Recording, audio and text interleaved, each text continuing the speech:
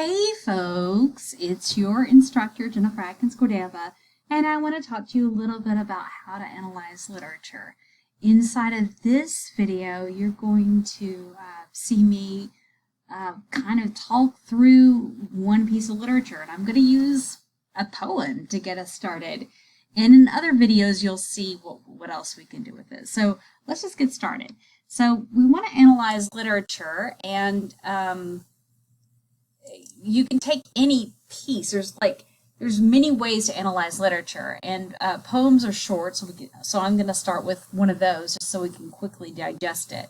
You're not necessarily doing a poetry analysis. You might be doing something else, so you would use whatever it is, whether it's a short story or whatever is assigned. For the current assignment in spring of 2023, you are analyzing a short story. But in this case, I'm going to analyze a poem. So you can break it. Analysis is really breaking down into parts and kind of seeing, individual pieces.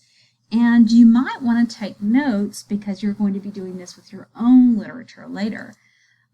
So here's a poem, a single poem, Breakfast by Wilfred Wilson Gibson. We ate our breakfast lying on our backs because the shells were screeching overhead. I bet a rasher to a loaf of bread that Hull United would beat Halifax when Jimmy Stainthorpe played fullback instead, Billy Bradford. Ginger raised his head and cursed and took the bet and dropped back dead. We ate our breakfast lying on our backs because the shells were screeching overhead. Now, this first time of reading, we don't understand everything about it. We have to encounter it multiple times, and sometimes we have to talk about it. We need to put some time and work into it to really kind of get the parts. So this first reading does very little for us.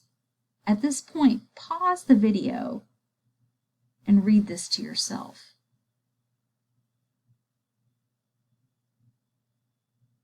Okay, after you've read this once at least, reading out loud, reading to yourself, whatever it takes, any piece of literature, you're going to see more with additional encounters. So I'm going to walk you through some of my analysis of this piece. So the first thing I'm going to do is I'm going to look at the sound. Now, analyzing songs, analyzing music, analyzing commercials, analyzing poetry, you want to look at sound. You don't necessarily look at sound whenever you're analyzing a play or analyzing a short story. But in this case, we're going to look at sound. When we look at the rhyme scheme, we can see that there's an A, B, B, A, B, B, B, A, B, kind of irregular rhyme scheme. There's backs, overhead, bread, Halifax, instead, head, dead, backs, overhead. And because the shells were screeching overhead, it has a zzz and a s kind of sound to it a lot of the time. But then there's this moment where it changes to some clippy little DT kind of sounds. Ginger raised his head and cursed and took the bet and dropped back dead. I believe that the author wants us to notice these things and definitely made a change in the way he was using sound whenever he wrote that one sentence that has little purple lines. Ginger raised his head and cursed and took the bet and dropped back dead. We can see that the zzz sounds are stopped by those d sounds. Now, what do I need to understand this poem? This would be something that you would need to ask yourself for anything that you read. If you don't know the vocabulary, you need to know it. In my case, whenever I first encountered this poem, I needed to know what a rasher is, what is Halifax or Hull United, and we can look these terms up and cite them if we use them. And I found out with a very, very quick little piece that a rasher is a portion of bacon, and Halifax and Hull United were rugby teams of the time that it was written. So you need to know the context. When was it written? Who wrote it? What else do you need to know? So we can look these ideas up then cite them if we use them. So I needed to know a little bit more about war, about the war in England in 1914. I needed to know a little bit about rugby, if those teams were important. I know a little bit about trench warfare, and what happens in the poem is definitely happening in trench warfare, but I wanted to kind of solidify my picture. What is trench warfare? I wondered if Jimmy and Billy are important characters. Is Ginger an important detail? These are the things, the curiosity got me started so that I would look more closely at the poem. And in this poem, we see a viewpoint that appears to be firsthand, and the speaker appears to be in trenches. And I didn't know this, but Gibson didn't experience this himself. He's not writing from a first-person perspective. I had to look it up to find it out. Instead, it said that he borrowed the key lines, "We ate our breakfasts lying on our backs because the shells were screeching overhead," from a soldier's anecdote that appeared in The Nation only 2 weeks before Gibson wrote his poem. And I need to be able to tell the story of the poem just like you would tell a story of a short story. You need to summarize it in some way. So I might say something like this. The poem begins and ends with the same repeating lines. Soldiers are lying on their backs while bullets fly overhead. The soldiers are eating breakfast. One soldier bets the others that his breakfast foods that a rugby team would have been improved if Jimmy Stainthorpe, one rugby player, would play instead of Billy Bradford, another rugby player. And in the story of the poem, one of the soldiers, Ginger, becomes excited and he took the bet. In the moment of his excitement, his head lifted above the trenches and he was shot.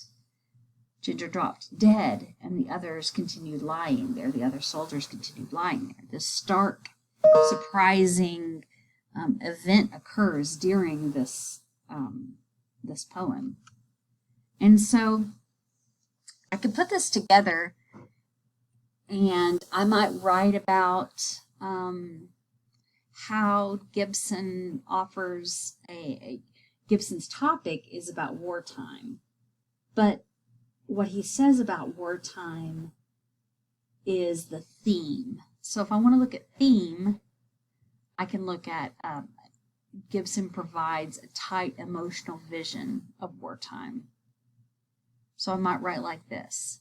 The poet juxtaposes is just a fancy way of putting two opposite things next to each other. So the poet juxtaposes mundane with emotional impact. When he pairs breakfast with bullets flying overhead, we're drawn into the story and are connected emotionally. When Ginger, quote, raised his head and cursed and took the bet, lines 7 and 8, he apparently forgets the war long enough to react to a sports bet. And then we, as a result, readers, are stunned when Ginger dropped back dead. Each of the clipped phrases are tiny, the language is spare. Raised his head and cursed and took the bet, dropped back dead. Simple diction is just a fancy word for word choice. Gibson offers a tight emotional vision of wartime. This paragraph might be something that I would end up putting into my final draft while we're writing this. So I want to look at the structure and the language. I want to look at the language, the structure of the poem itself, and I'm going to look at the language that's being used. You would need to do this for anything that you're writing about language, or structure might be the plot of the story if you're doing a short story. Here are some of the features we note about the language. The terms are popular words for that time. The poet repeated the same lines. Their impact changes very quickly. The poet uses a long phrase, "I bet a rasher to a loaf of bread that Hull United would beat Halifax," when Jimmy Stainthorpe played fullback instead of Billy Bradford, over many lines, and suddenly becomes shorter, tighter, and more clipped as he tells of Ginger's death. And when I think about the structure itself, the poem begins and ends with the same repeating lines. Is there any repetition in it? Yes, there is. Are there any patterns? Yes, there are. Now, the title leads us to imagine breakfast, and the original reader might have thought they were going to read about wartime breakfast or the breakfast of a soldier. Now, I didn't know any of this context until I completed the research. This was written at the beginning of World War I and was published in The Nation on 17th of October 1914. England was at war. U.S. didn't enter until a few years later. It was written by the English poet Wilfred Wilson Gibson. Gibson was not a soldier himself, though many have assumed that. A few years before he wrote Breakfast in 1914, he shifted away from the rules-oriented styles of poetry in the Victorian Romantic tradition.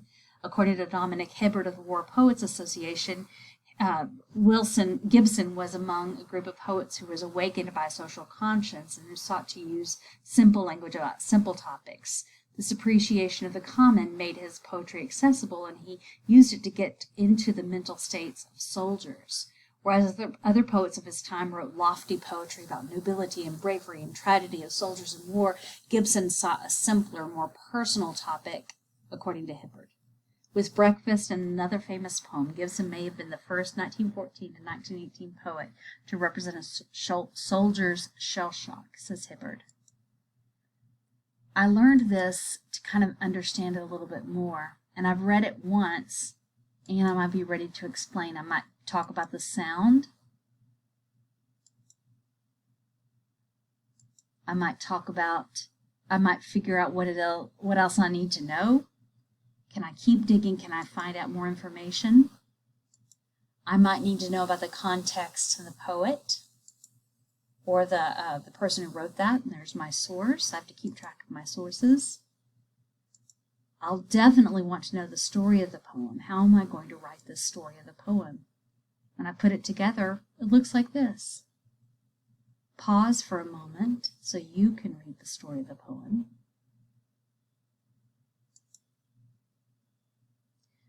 And I want to make a connection to the meaning. This theme, this tight emotional vision of wartime, is a theme, perhaps, that I could write about if I chose to. What else can I do? When I look at the poem again, what else could I do with it?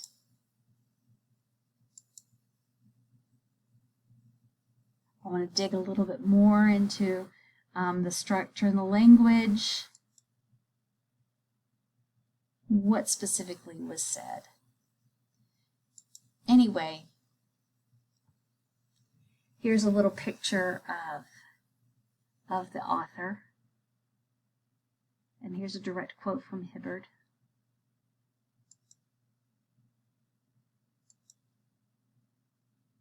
And you're not going to do a poem, but you are likely to need to explain the elements and the parts of your literature that you've chosen. Hope that helps you get an idea.